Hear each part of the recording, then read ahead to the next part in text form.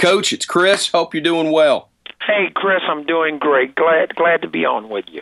Looking forward to seeing you here. I got to tell you, I got a 10-year-old left-handed point guard who is fired up about June 14th through 17th. Well, we're excited to have him along with a lot of the other boys that are ages 7 through 17 that's going to be at our camp. And, man, I just can't wait. The kids are going to be exposed to some great coaching, and our players are going to be around. Some of our former players are going to be around.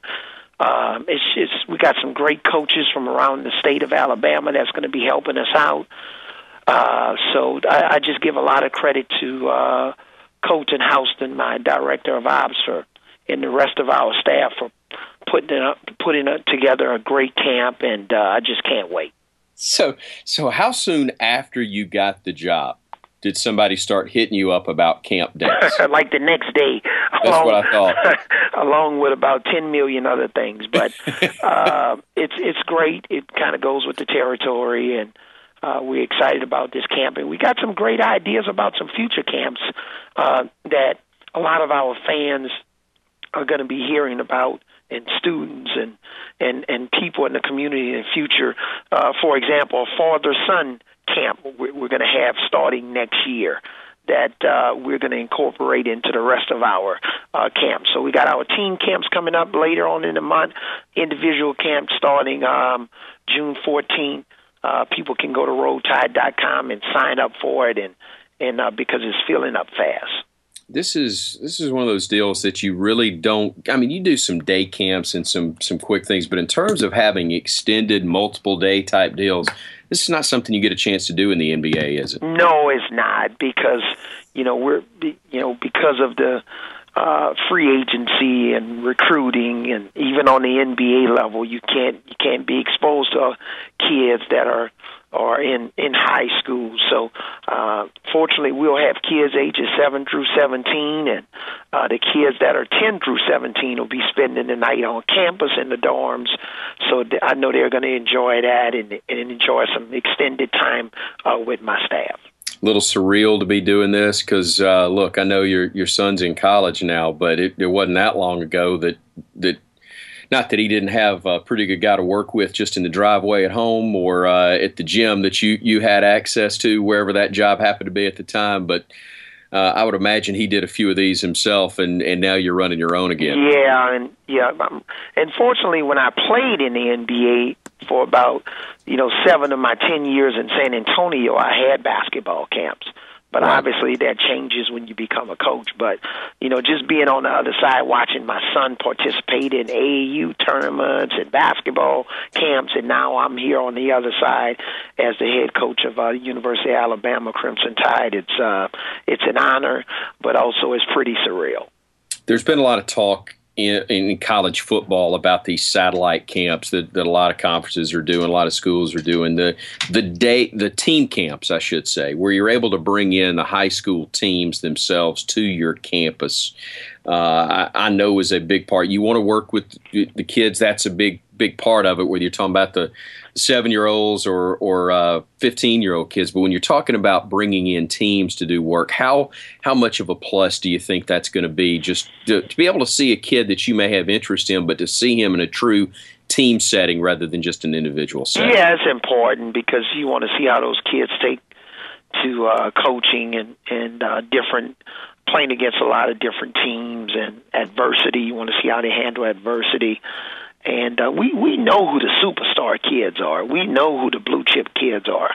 But we're also looking for some Avery Johnsons. We're looking for a kid, a student, that's fallen through the cracks, and maybe he's not getting as much publicity as some of the other kids, but he can come in and play a role for us, because you can't just put together 12 superstars. That doesn't necessarily guarantee winning a championship. You got to have guys that are hard-nosed and that have certain roles and skill sets that can help our team become a great team. So these team camps are very important, and it gives us a chance to get exposed to even more kids and build a relationship with the coaches, which I'm really excited about.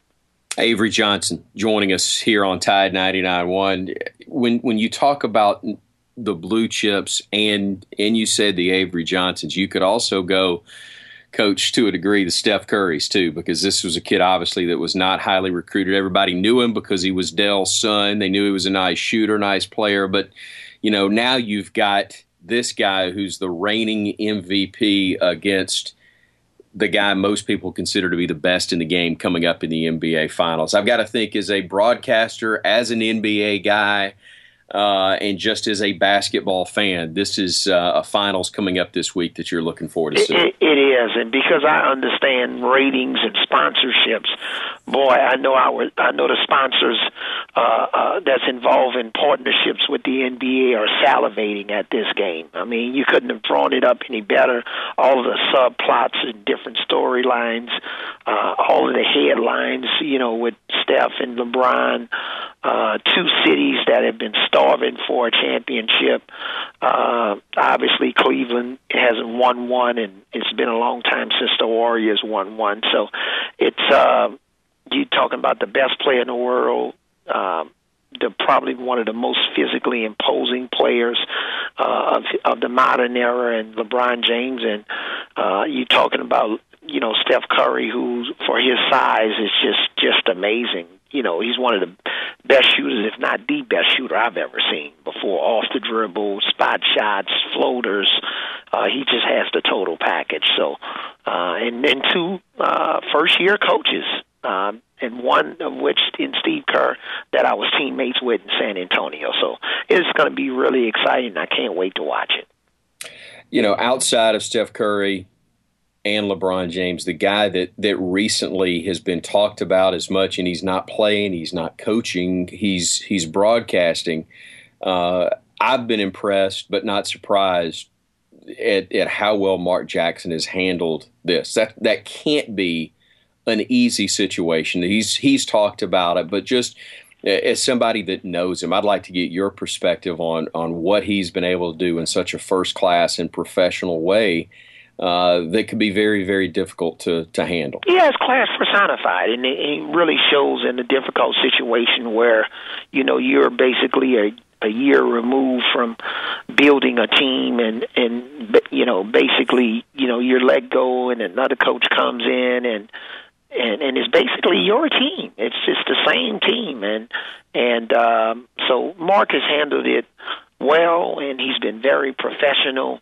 And that just shows you, man, how, cyclical this business is, professional sports or any sport can be. And, you see it sometime even on the college level, in all of the sports. So he's handled it well. He's been a great role model, for kids coming up, that when something doesn't go your way, or somebody comes in and makes a situation a little bit better than what you did, you still treat them with respect and handle it with class. So he's setting a great example. Avery Johnson basketball camp coming up June 14th through 17th, Coleman Coliseum. Information online at rolltide.com. We're talking with a coach for just another minute or two. Along those lines, there's a fraternity of coaches, and Tom Thibodeau's gone through this deal where he didn't have his best player for roughly half the games he coached in Chicago, yet he still got them into the playoffs year in and year out. Regardless of whether you feel like there should have been a change or not, I've got to think that's tough to watch. It is. It's tough, and I was in a similar situation, in New Jersey, and here I was, coach of the month, 11-4. And unfortunately, our best player, Brook Lopez, at the time got injured. He wasn't the highest paid player, but he's our best player. And, team just kind of went through a little bit of a funky stretch there for about 2 weeks, and I ended up getting let go. It's just, there's no rhyme or reason sometimes when that stuff happens. It's just circumstances. But I tell you what, I'm glad it didn't work out for me, because I am so happy to be the head coach at the University of Alabama. I run to work every morning to be able to work with these young men, this staff, this administration. I'm bouncing around the state. I'm going to talk to the Rotary Club in Birmingham tomorrow and have a reception at one of the trustees' homes, and it's just we're making so much progress here, and I hope Tom Thibodeau, finds his niche sometime soon, just like I have, and he'll be able to look back on it and say, you know what, that was a good part of my season. It didn't end the right way, but it all works out. You talked about what you got going tomorrow. And Coach, honestly, that's one of the things that has people so excited at Alabama, is, the fact that you understand those things, you embrace those type things. And don't forget about Nick's kids event on Thursday. Yeah, I will see you there for that as well. Yeah, but I'll be there for the reception for that event, and we're actually auctioning off a basketball game experience with one of our games, and tickets to the game, and come to shoot arounds and have a team meal with us. So a lot of great things are happening. And again, I want to thank Coach Saban for partnering with me and helping me even as it relates to basketball. I'll get back to something else I was going to go with, but since you brought it in there, you ever been to a wedding like that one? Oh, that wedding was unbelievable. Way over the top. When you saw the fireworks go off. Yeah, tell you what, I'm glad I made the cut for that wedding. I wouldn't want to have anybody else telling me about it. Hey, what I wanted to get to when I was talking about all the other things that you have to do when you're at a place like Alabama with the promotional things, the bottom line is you're in this because you want to work with the players, and you're getting a chance to do that, or you did, I think, last week. And without going into too much detail, but I'm just wondering what that was like for you to be able to get in the gym with those guys and actually see your team as a team a little bit for the first time. Well, the gym is my laboratory, and to get in the lab and work with these players, and their attitudes have just been great. We're throwing a lot of stuff at them right now, but they're catching on fast, and their work ethic has been pretty good, and we've got a lot of young players that it's never been coached like this before, and we're going to be pretty demanding. I'm part of who I am, and one of the attractions Coach Battle had in hiring me is I'm a little bit of an old school coach now, but at the same time having that blend of balance of understanding the contemporariness of the moment and being a balanced team. So it's just been great getting out there on the floor and working with those guys. And every now and then I'll show them one of my old Spurs moves. Mm-hmm. And how long do you hurt after you do that? The rest of the day. Well, you're doing better than most then, because that's when they're feeling for a week or so. Yeah. All right, it's June 14th through 17th. Hurry up, get online now, register rolltide.com, or you can call the office. We're going to give you folks that number, but it's rolltide.com. The Avery Johnson basketball camp. Everybody's excited about that coming up. Coach, we will see you there. And again, his name is Parker. He's 10. He's a lefty. He's got enough handle that he thinks he can talk just a little bit of trash, but I need your help on it. Okay, I'm your man. Roll Tide. You're the man. Roll Tide, Coach. Right, thank you so much.